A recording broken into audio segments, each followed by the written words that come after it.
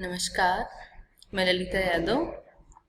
आप सभी का इस YouTube चैनल पर स्वागत है। आज की इस क्लास में हम ज्वालामुखी या वोल्केनो के बारे में परिचर्चा करेंगे।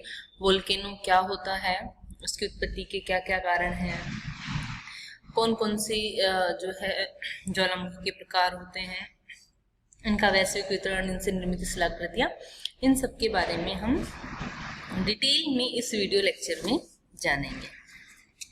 सबसे पहले जो है हम जान लेंगे कि ज्वालामुखी जो है, इसका जो शाब्दिक अर्थ क्या होता है। ज्वाला मतलब आग, मुख मुंह की जिस मुख या छिद्र से जो ज्वाला या तप्त गैसें और लावा जो है, तप्त लावा बाहर निकलता है, वो ज्वालामुखी कहलाता है। तो ज्वालामुखी और ज्वालामुखी की जो क्रिया है, ये दोनों ही डिफरेंट शब्द हैं, इनका अलग मीनिंग होता है। तो ज्वालामुखी तो वह वीवर या छिद्र है जिसका संबंध पृथ्वी के आंतरिक भाग से होता है तथा जिससे लावा, राख, गैस और जलवाष्प का उद्गार होता है।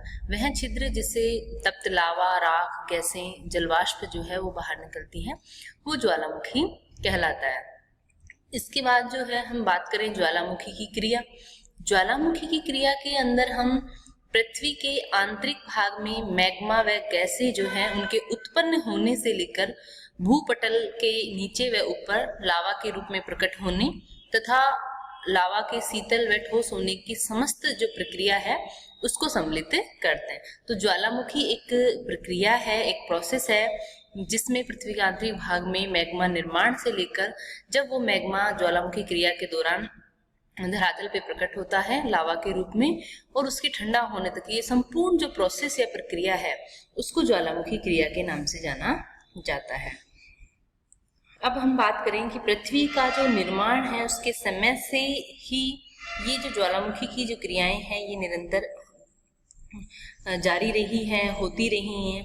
पृथ्वी के आंतरिक भाग में उच्च ताप के कारण, पदार्थों का आयतनीय प्रसार के कारण तीव्रता से जब आंतरिक भाग पर दबाव निर्मित होता है जिससे ज्वालामुखी छिद्र या दरार जहां भी यदाकदा रहते हैं वहां से जो है लावा मुक्त होता रहता है। ये जो ज्वालामुखी होते हैं इनको पृथ्वी का सेफ्टी वॉल्व भी कहा जाता है। जैसे प्रेशर कुकर का जो सेफ्टी वॉल्व होता है, उसे जो प्रेशर कुकर के अंदर जो गैस बनती है तो वो सेफ्टी वाल्व के माध्यम से अगर कुकर में सीटी नहीं आती तो सेफ्टी वॉल्व फट जाता है जिससे दुर्घटना होने से बच जाती है। इसी तरीके से जो पृथ्वी के आंतरिक भाग में रेडियो एक्टिव जो पदार्थ हैं उनसे निरंतर ऊर्जा उत्सर्जित होती रहती है, तो वहाँ ताप संचित होता रहता है और जो पदार्थ है वो पिघलकर मैग्मा चैम्बर का निर्माण हो जाता है। तो यदाकदा जो ज्वालामुखी की क्रियाओं के द्वारा ये जो पदार्थ का आयतनीय प्रसार होता है ये जो है इन सेफ्टी वॉल्व के माध्यम से बाहर निकलता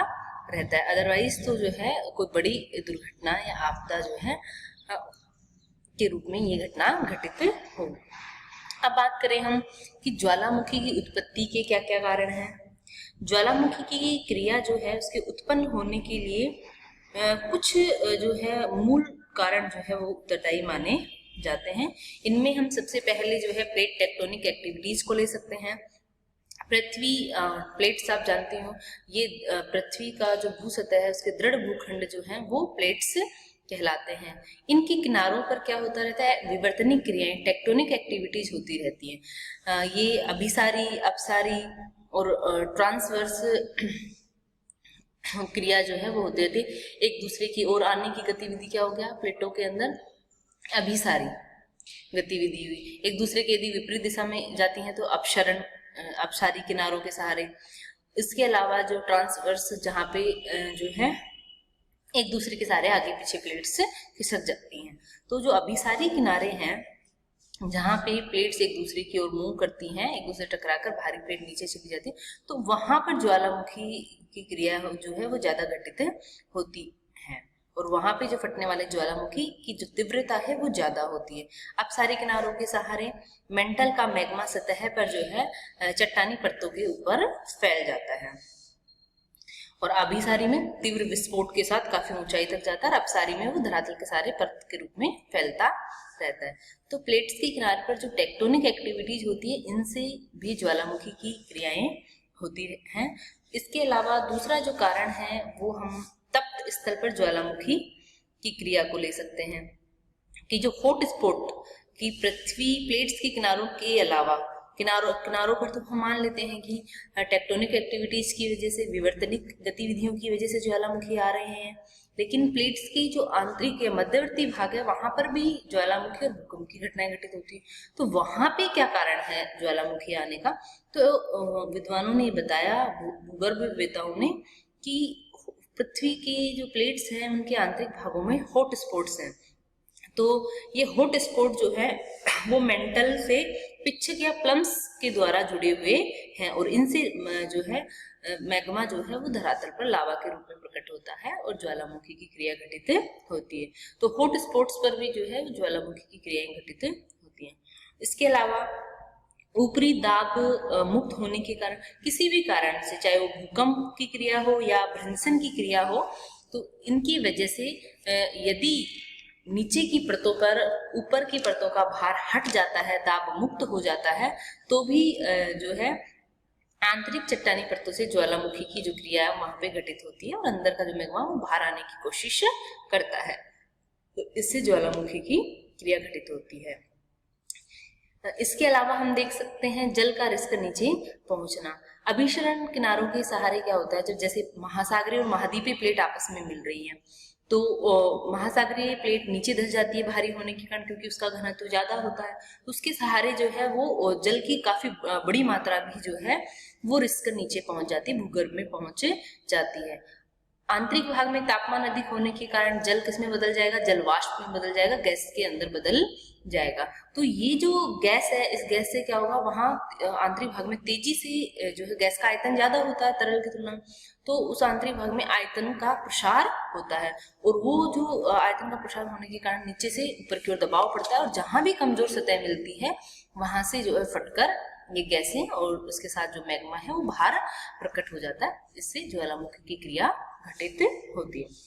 तो इस तरीके से जो ज्वालामुखी है वो उसके कारणों में हम प्लेट टेक्टोनिक एक्टिविटीज को ले सकते हैं, हॉट स्पॉट्स को ले सकते हैं, ऊपरी परतों, किसी भी कारण से ऊपरी परतों का जो दाब मुक्त होता है उसकी वजह से ज्वालामुखी क्रिया घटित हो सकती है, और जल का रिश्क नीचे पहुंचने से जो आयतनीय प्रसार है जो कि अप्रत्यक्ष कारण है, इसकी वजह से भी जो है ज्वालामुखी की क्रियाएं घटित होती है।